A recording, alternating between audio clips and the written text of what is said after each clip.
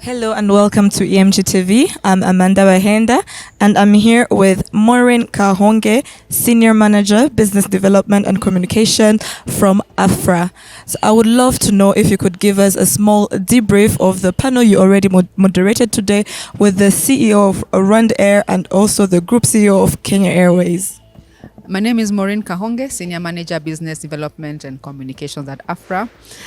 Today I had a very insightful discussion with the CEO of RwandAir, Yvonne Makolo, and Group CEO of Kenya Airways, Mr. Alan Kilavuka.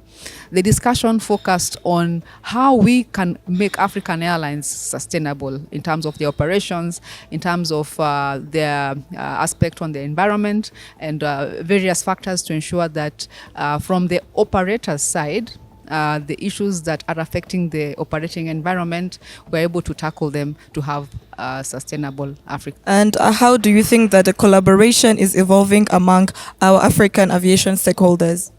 Collaboration looked at the front of between and amongst airlines. How it's tackled is on routes, or opening of new routes, on looking at interline ticketing, also looking at the code shares, and also areas that are under the auspices of joint projects. We have at AFRA some joint groups where airlines come together for common solutions, for example, pooling of fuel purchase. They are able to negotiate for volumes. And then it comes to operating on route development. We encourage African airlines to come together to see which are the routes that they can together serve without necessarily having to create overcapacity. I give the example of a study which we have done with Milanamos, and we did it at the meeting yesterday, whereby it was brought out to our member airlines, specific airports in Africa where we have gaps in terms of the flights, an opportunity for airlines to open new routes. We also have the situation where there are some airports where we have overcapacity, and that's why we're encouraging airlines. This is an opportunity for you to code share amongst each other, therefore making it more cost effective to serve these routes. And back to the focus areas of the panel, we looked at how can African airlines disrupt the status quo. The narrative of the continent being that the traffic is really small at about 2.1%, yet we have a thriving population and the cost of travel is very high. Africa is the region with the highest cost of travel per mile. However, we are the continent with the lowest GDP. So we need to change this narrative. The African continent, looking at the connectivity, intra-Africa connectivity is very low. Comparing to other continents where we have a lot of intracontinental flights, there's a lot of opportunity we need to grow in Africa. From Kenya Airways and from RwandAir, one of the reasons why airlines are not yet harnessing that opportunity to grow their routes is a high operating cost, is also the market access restrictions, which we need to address, and we need to address urgently and collaboratively so that we can have our own African solutions to create sustainable African airlines. So you just mentioned about the different issues and challenges that the aviation sector is facing, like low traffic for the African airlines. So what the solutions that are being said here, what are the measures that are going to be taken so that they make sure that they're implied and they're like put in action after this convention? The beauty about having an organization such as AFRA being the organizer of this conference is that we have the mandate as African Airlines Association, leading trade association, to include in our action plan the key recommendations that come out from the panels. For example, where the airlines recommend that we need to have more code sharing. I mentioned the point on the study we did with Milanamos, and the committee we have, the Route Network Coordination and Cargo Committee. So it's under the auspices of these work groups that we take the recommendations to implement them onto tangible actions.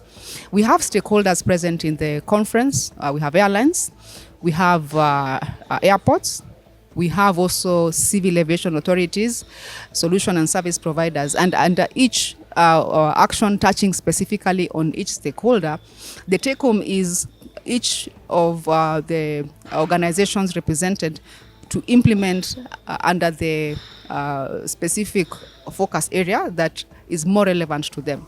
I give the example of solution providers who can consider to give collective bargaining to African airlines. That's an action that can be followed through to fruition and also pursued on the AFRA side.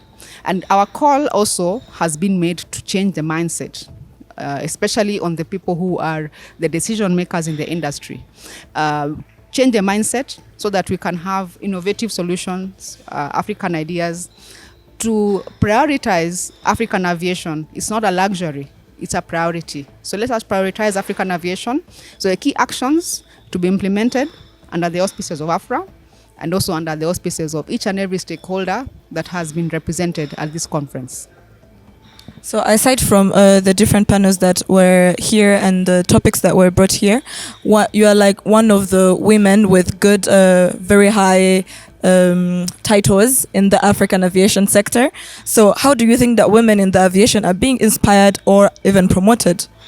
The issue of women in aviation can be looked at down up, especially on the specific skill set that is required for different careers.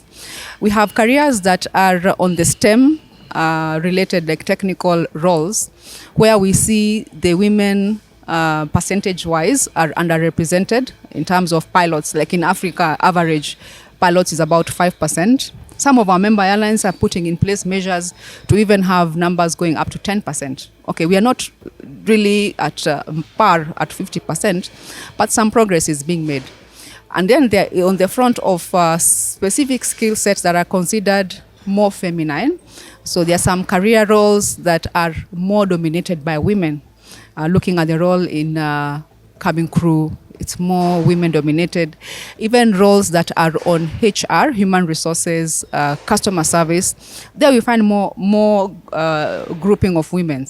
And across the board, as you go higher, we see less and less women. And this is why we encourage airlines and all aviation parties to grow and develop women, to have even women at leadership. We have the IATA 25 by 2025, which was a voluntary call to action, and the airlines and stakeholders that signed up for it made specific clips. And the call to action was to have 25% of your leadership being comprised of women. And we've seen quite a number of airlines having a lot of strides they've made to close that gap, but more needs to be done. And from the AFRA side, one of the things that we do is a lot of engagements when we have an opportunity. For example, today we had a discussion and bringing it to the top level. Where do we stand? What is the progress made and what else can we do? So we continue to keep that conversation going and tell our African story. Looking from the discussion in my panel, Kenya Airways also commended the strides that as Africa, in as much as we are not yet at par at 50% women versus men in all these leadership roles and technology roles, we are ahead of other continents. But that does not mean that we should take some to be lax or to relax anyway. We need to continue with that strong drive to closely monitor and close that gap. So the specific action is, let us catch them when they're young. We drive that to the level when they are in the young years of schooling. Talk to them about aviation, what roles are there, and what subjects that they can take to end up in specific aviation roles that they can thrive. So what we'll be doing this year for this conference, on the 15th of May, after we conclude the Safety Summit, AFRA and RwandAir, with the collaboration of Collins Aerospace, we're going to have some schools in Kigali. We'll take them to the airport. We'll do a career show. We talk to them about careers in aviation, showcase what is possible, and give them an opportunity to interact with stakeholders already in the career space so that they can learn from them what it took to get to where they are, what are the possibilities. Because one of the things is that if you don't know or you don't have an idea or exposure to the careers that are available, you might not have a clear guidance. So our role is to provide that guidance for them to know that this is a career they can take. So we are starting to plant the seed as early as possible, and we do this every year. Every year, when we finish our conference, we dedicate one day for youth development in aviation space to grow the young generation of aviation professionals. Thank you so much, and thank you for your time. We had a great time talking to you. Thank you very much for having me, and thank you for participating at this conference. Bye.